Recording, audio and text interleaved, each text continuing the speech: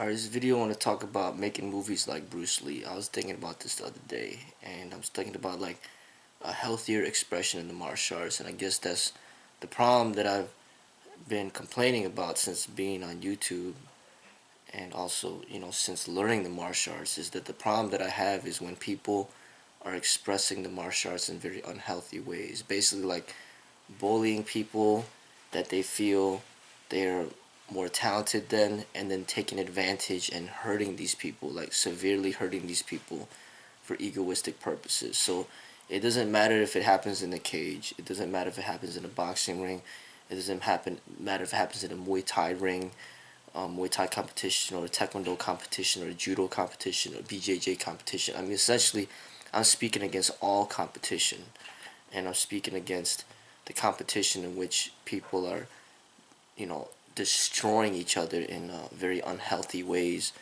and putting each other in the hospitals and getting medical bills and getting CTE and concussions, and having deaths in the competitions. That's essentially what I'm speaking against. So it's not just about the UFC. It's not just about Pride. It's not just about MMA. It's about every single irresponsible expression of the martial arts. I mean, even bringing in the martial arts onto the streets and hurting people on the streets for egoistic purposes.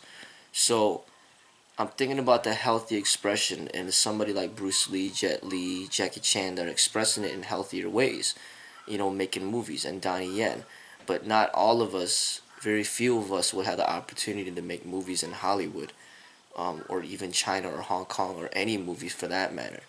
But all of us, most of us, have the power to make videos onto YouTube, as I'm doing right now.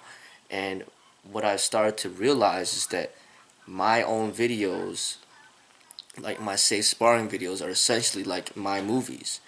Like Bruce Lee, creating that choreographed fight with Chuck Norris, for example, was a simulated fighting expression to show to the people what he was capable of and what Chuck Norris was capable of. It was just a choreographed fight scene. But the difference with me is that I'm not choreographing it. It's just sparring in a controlled and safe way. And the most recent sparring that I just did with one of my new students was one of the most intense sparring sessions that I've done with my students in a controlled way, while in meditation, and with respect, and basically we didn't injure each other too much, you know but we went as far as we were comfortable going. And it's almost like Bruce Lee letting you see the inside, behind the scenes type of sparring that he did with Chuck Norris, one on one, privately. Nobody there to watch, no videos there. It's just between Bruce and him. And pretty much what I'm doing is, rather than choreographing a fight, which obviously is not real, I'm doing the safest, the safest, most realistic sparring that I possibly can. Meaning, there has to be a balance between the two. The more real it gets and the unsafe it gets, that's not good. Too safe, unreal, not good. Like, it's gotta be the best that it can be realistically, and the best that it possibly can be for safety. And I'm working on it the best that I can. I'm trying to get the people that are capable of taking it to that level, and there's just not that many. Like, people, there's, certain people cannot take the sparring to that level and keep it safe, as far as like controlling their emotions, controlling their anger, and being able to take a hard hit and then not get emotional about it, but to remain in meditation, to keep going if their body is capable of enduring, and to just keep, you know, trying, you know, to do your best, while not, and also having the control within yourself to not hurt the person that you're sparring to the point where they have to go to the hospital or sustain some serious injuries. But I realized that really this is my own way of expressing what Bruce Lee was doing when he was alive. Bruce Lee was able to use Hollywood, or basically Bruce Lee when he was alive was able to go to Hong Kong to make films over there, and eventually he went to Hollywood, and then he died. There's no way I'm going to Hollywood. There's no way I'm going to Hong Kong. The only option that I have is just basically expressing what I do in these types of YouTube videos, which is basically, informal, and just basically showing the real training that we do. Bruce Lee didn't really made movies, but he didn't like create videos to show his workout programs. But that's what I do. Bruce Lee never filmed himself sparring with any of his students, but that's what I do. So it's like a different expression. Bruce Lee had a very limited amount of interviews out there. Well, I'm producing hundreds, thousands of videos sharing my thoughts and ideas. Bruce Lee puts his thoughts and ideas on paper and writing, and then they ended up compiling it and creating books. For me, it's just a bunch of thousands of videos just sharing my thoughts on life and martial arts and everything. So basically what I'm trying to do is just basically have my own expression to continue on the teachings of where Bruce left off. And I feel that this is part of my purpose in life, is to express the martial arts the best that I know how, and to kind of continue on the work of Bruce Lee. And Bruce Lee was basically continuing on the work of the Chinese martial arts, and that's essentially what I'm doing as well. I'm continuing on the work of Bruce Lee, continuing on the work of the Chinese martial arts, keeping that Chinese culture and heritage and history, philosophy, and all of that alive. Because everything that we see right now is dominated by combat sport, and then you got the Korean arts, and then you got the Japanese arts, but there's very few people representing the Chinese martial arts. And really, I feel that it's part of my life purpose to continue on with these teachings, to help people gain an appreciation for it, that it's meant for these people. I feel that maybe these harder styles like the karate and the taekwondo or whatever the case may be, or these Muay Thai and these MMA, these are for like harder people, like more extroverted people who just like to, kind of like the Rocky Balboa type of people that just want to hit hard and get hit hard and they get hit hard. For me, my expression is more like softer, where it's like we hit hard, but we don't get hit hard. We hit hard, we don't get hit hard. It's like a Mayweather, it's like a Bruce Lee, where the whole objective is just to not get hit and to basically hit and move, hit and move, hit and move, so then you remain healthy, you remain safe. But your opponent, on the other hand, he will sustain damage when he continues to receive these hits over and over and over again, to the point he just ends up quitting. You know, that's my expression. It's a combination between the hard and the soft, the yin and yang. This is the balance in the martial arts that I'm trying to express, and Bruce Lee was expressing it, and I'm trying to express this as well, and that's what's represented by the yin yang symbol. Jeet Kune Do and Bruce Lee's art was represented by the yin yang. He used that as a symbol. I'm using that as my symbol. But you see these other styles and these other artists, like say the BJJ, for example, they got this triangle that represents their way, which I don't know what that means, but clearly it's not the yin yang. So they are not representing what the Chinese martial arts is trying to represent. Tai Chi, for example, is known for the yin yang as well. Okay, so it comes along with an entire different philosophy, a different way of life, a different way of seeing things, where we don't compete, but we will express our art in a way where we can try to keep it real, but at the same time safe. And that's what all choreographed fighting is all about. Try to simulate something real, but keep it safe. And that's what safe sparring is all about. Spontaneous safe sparring, where you don't know what your sparring partner is about to do, but then you respond, you react, and you fight back, but in a safe and controlled way. And these are pretty much my spontaneous choreographed fights, where I'm not about to be setting up choreographed fights and not getting paid any money and just basically putting all this time to train somebody to do this and do that while I do this and I do that. No, just do the safe sparring. You know what I'm saying? Like, you respond and react, I respond, I react. You try to hit me, I try to hit you, just like what boxers do. But the difference, we control it, we make it safe. No equipment, no headgear, no mouth guard, no shin pads, no gloves, just your body. And we will wear shoes. We'll use the shoes to our advantage because we're going to be using shoes, wearing shoes out there in the streets. And we want to fight as if we're on the streets, you know, where there's no referee. It's just you and the other person, and then see what you're capable of, you know. And this is my expression, you know, and I enjoy it. You know, I enjoy trying to perfect the art of not getting hit while I hit back and try to defend myself. I love to try to perfect that. And of course, the difficulty lies in finding the people that can take it to that level with me, but at the same time are compassionate enough to be of concern for my health just as I am of concern to their health.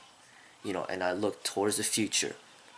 When my children grow up and they're 18 years old, we are going to be engaging this type of safe sparring to see what level of expression we could take it to make it, how real can we make it while we keep it as safe as we can, you know.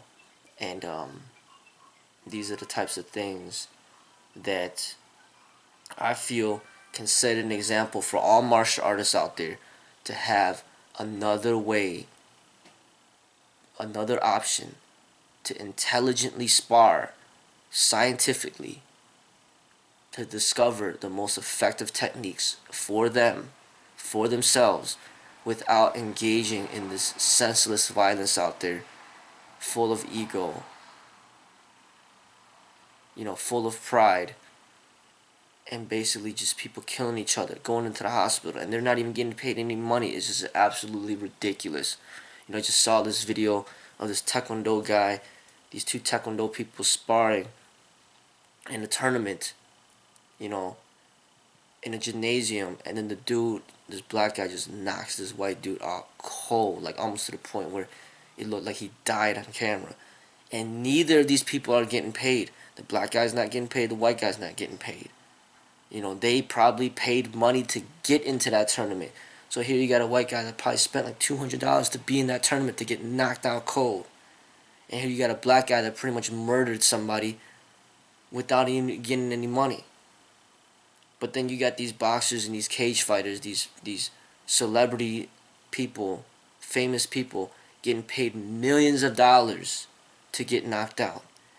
Mike Tyson getting paid millions of dollars to get knocked out. Mike Tyson getting paid millions of dollars to knock other people out. Same thing with Mayweather, getting paid millions of dollars to knock people down, getting paid millions of dollars to take a hard hit. Now, I can understand if someone is paying you millions of dollars to take a knockout hit like that. I could understand if you take the offer. I could understand that. Getting knocked out one time for a few $1,000,000 might be worth it. But I'm telling you, 99.999% of the people out there are getting no money. And then they're sustaining these types of injuries, and that is absolutely ridiculous. That is something that you need to sit down and think about. Are you getting paid for putting your body and your life and your health at risk of sustaining concussions, CTE, losing your memory, getting Alzheimer's, having an early death? Are you getting paid any money to put yourself at that risk? And I'm telling you, 99% of the time you're getting absolutely nothing. So I'm telling you, there needs to be a more intelligent way to spar. Not just throwing on boxing gloves, not just putting on headgear, because that makes it unrealistic. And at the same token, it's still extremely unsafe. Because if it was safe, then why is it that all these boxers are dying early and getting CTE and concussions. Same thing with the football players. So the headgear does absolutely nothing. So you might as well take that off. And the gloves do nothing as well. So my approach is to use absolutely no equipment, and is basically based on your control of your techniques. In a real life fighting situation, you probably only need about 30% of your power, bare fist, to knock the person out. So then you turn, in safe sparring, you turn that 30% into 15%. So you don't have to hit that person that hard in order to get them to feel the technique that you're trying to express. It's all based upon control. Grown shots are allowed as long as you control it. Kicking them in the face is allowed, or kicking them in the head is allowed as long as you control it.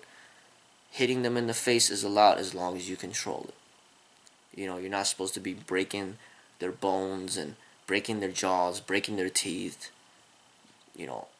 jabbing out their eye. You're supposed to control every single technique. It's all based on control.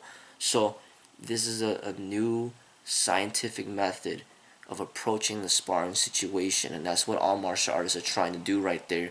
Is they learn these techniques and they don't know if they actually work, so they're trying to figure out, do these techniques actually work? I need to test it. It's like somebody who bought a gun and he wants to shoot the gun. He wants ammunition and he wants to go to the range to shoot the gun to make sure that it works. I understand that people that practice martial arts, they want to see if these techniques actually work, and that's what you need to do. You need to develop a scientific method to test these techniques out without hurting yourself, without hurting your opponent, to the point where you guys have to, where it affects your life, where it affects your health long term or even short term. We need to come up with a scientific method. And a lot of times it's not going off of what these competitions that other people are creating. These judo competitions, BJJ competitions, Muay Thai competitions, boxing competitions, MMA competitions. All these competitions, all of them are unsafe. You need to create your own methods, free from competition, where it's not about competition. It's about discovery. It's about discovering which techniques are most effective compared to which other ones. It's not a competition. A scientist is not a competitor. A scientist is a person that discovers. A scientist can also be a creator. Like Albert Einstein, he creates and then he discovers. He's not a competitor. And that's what you need to do if you want to reach to the highest level in the martial arts. You got to increase your brain power. And in order to increase your brain power, you cannot be sustaining concussions. You cannot be knocked in the head and then losing your memory. It's going against developing the mind. There's no way in hell that Albert Einstein would be who he was if he was a boxer. You cannot just keep getting repetitively hit in the head thinking that you're going to be smart and intelligent. It doesn't work that way. And I'm telling you, even Bruce Lee was an intelligent person, but he sparred a lot and he was making movies, and I'm telling you, he probably sustained many concussions during his lifetime, and I'm telling you, that could be one of the reasons why he died early. Remember that he died from a brain injury. So a lot of these fighters, a lot of these people that practice martial arts, if they don't know how to do it the right way, they're destroying their brains. And the result can be a dead person, like how Bruce Lee died. The result could be what we see with Muhammad Ali right now. The result could be what we see with Floyd Mayweather and him not even be able to read a book. The result could be just looking at Mike Tyson, hearing him speak and hearing his slurring his speech and just not being the brightest person in the world. That's why people keep making fun of football players and boxers, that they're just so stupid. Well, there's a reason why. Because they're taking so many hits to the head that their brains are shrinking, their brains are not growing. And that's not something that we should aspire to. That's something that we need to learn from and not allow to become a part of our lifestyle. A martial artist is somebody that's intelligent. that's wise, that's fit, that's strong. So do not be led astray by these fighters. You need to create your own path that's towards health.